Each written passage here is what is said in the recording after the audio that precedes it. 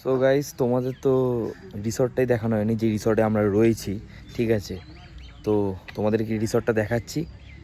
আর কেমন লাগলো রিসর্টটা অবশ্যই জানিও। রিসর্টের নাম হচ্ছে পলাশ শোভা রিসর্ট। ঠিক আছে, এই রিসর্টটা নতুন হয়েছে পুরুলিয়াতে। ঠিক আছে, তো বাদবাকিটা দেখাচ্ছি, বাদবাকিটা দেখে তোমরা জানো।